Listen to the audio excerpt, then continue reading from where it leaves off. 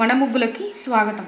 ఈరోజు మనం 19 చుక్కలు 3 వరుసలు సూటి చుక్క 3 వచ్చే వరకు సీతాకోక చిలుకల ముగ్గును నేర్చుకుందాం. ఫస్ట్ 19 చుక్కలు పెట్టాలి.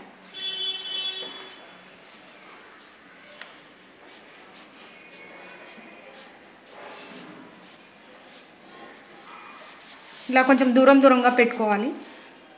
దీన్ని 3 వరుసలు అని చెప్పాం కదా, 3 వరుసలు పెట్టుకోవాలి.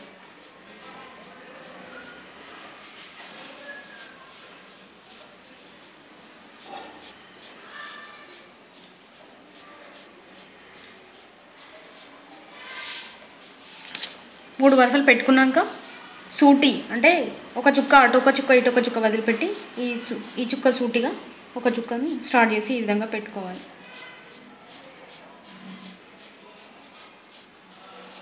అదేవిధంగా అన్ని చుక్కలకు అటు ఇటు ఒక చుక్క వదిలిపెట్టి ఇలా పెట్టుకోవాలి.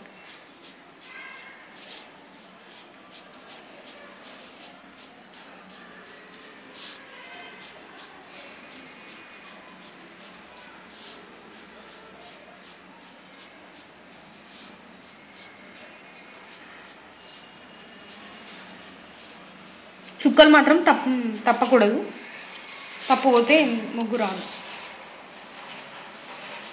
సో ఇలా 3 వచ్చే వరకు ఇటు సైడ్ కూడా పెట్టుకోవాలి.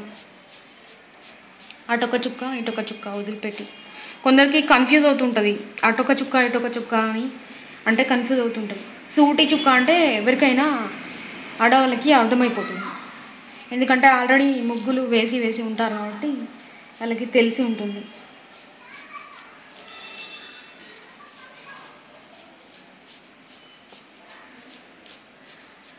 చుక్కలు పెట్టేటప్పుడు మైండ్ ప్రశాంతంగా ఉండాలి, లేకపోతే తప్పుపోతుంది.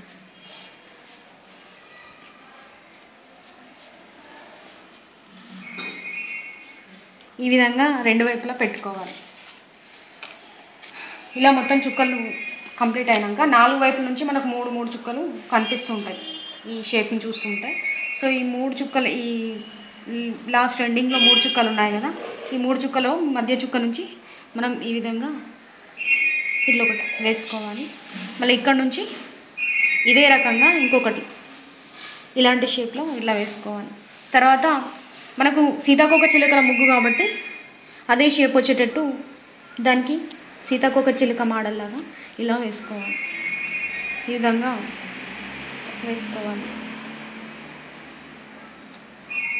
ఇట్లా వేసుకున్నాక దీనికి ఇలా ఎండ్ చేస్తే ఈ షేప్ అనేది బాగా కనపడుతుంది. ఈ మధ్యలో 2 చుక్కలు ఉన్నాయి కదా, వీటిని ఈ విధంగా తిప్పితే దాని రెక్కల నడుమ అలాంటి డిజైన్ ఉంటుంది కదా, అలాంటిది వస్తుంది. మళ్ళీ ఇక్కడ నుంచి ఇలా వేయాలి. తర్వాత నెక్స్ట్ వేరే వైపు నుంచి కూడా ఇలా వేసుకోవచ్చు.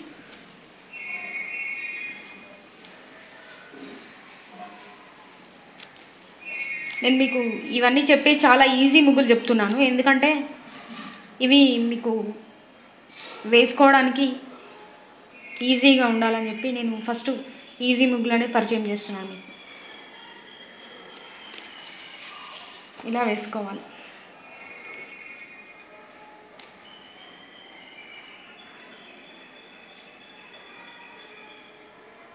మీకు సంక్రాంతి పండుగ అట్లాంటివి వచ్చినప్పుడు ఈ ముగ్గులు వేసుకోవచ్చు, లేదా ఇంట్లో ఏదైనా పెళ్ళి లేకపోతే ఇంకా ఏదైనా ఫంక్షన్స్ అలాంటివి జరిగినప్పుడు కూడా మనం పెయింట్తో కూడా ఇలాంటి ముగ్గులు వేసుకుంటే ఇల్లు చాలా అందంగా కనబడుతుంది.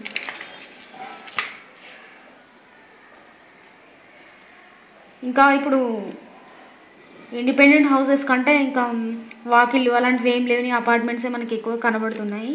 అపార్ట్మెంట్ ముందట కూడా మనం ఇలా పెయింట్తో కూడా వేసుకుంటే నీట్గా కనపడుతుంది.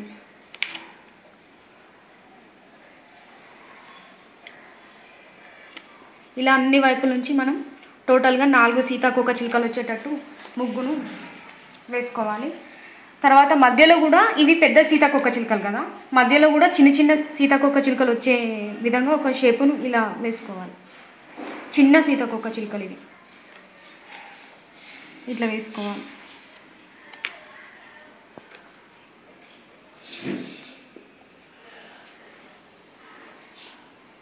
మళ్ళీ దీనికి ఇదే విధంగా వేసుకోవాలి.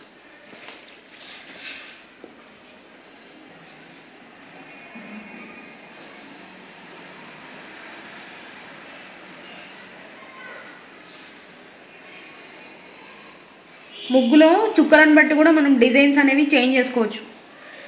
మనకు తగ్గట్టు ఇప్పుడు ఎవరైనా వేసిన ముగ్గును కూడా మనం చేంజ్ చేసి కూడా వేసుకోవచ్చు. కాకపోతే అది మంచిగా కనబడాలి.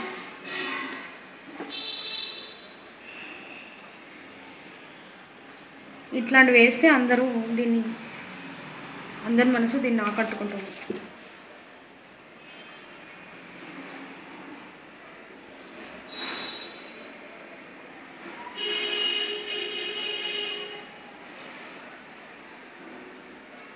ఇలా టోటల్గా మొత్తం 8 సీతాకోక చిలుకలు అయినాయి, పెద్దవి చిన్నవి కలిపి.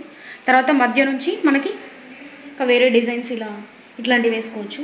ఇట్లా బాదం షేప్లో కానీ లేకపోతే చుక్కలకు అనుగుణంగా వేసుకోవచ్చు. కానీ ఈ ముగ్గుకు ఇలాంటి బాదం షేప్ మాత్రమే నప్పుతుంది.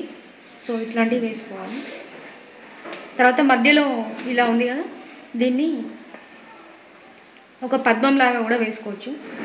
ఇలా 4 కలిపి ఇలా ఒకటి ఇట్లా రేకులు వచ్చేటట్టు వేసుకోవచ్చు. అష్టదళ పద్మం లాగానే ఉంటుంది, కాకపోతే కొంచెం ఇది చుక్కల ద్వారా వేస్తాము. సో దీనికి మనం ఇలా వేసుకోవచ్చు. ఇలా ఈ చుక్క నుంచి ఇలా వేసుకుంటే కనుక మీకు ముగ్గు మంచిగా కొట్టొచ్చినట్టు కనబడుతుంది.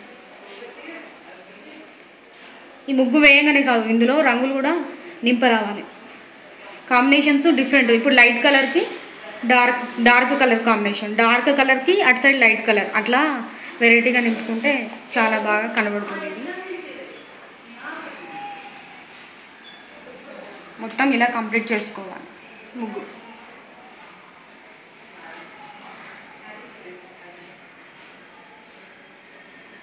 Thank you for watching this. And please subscribe.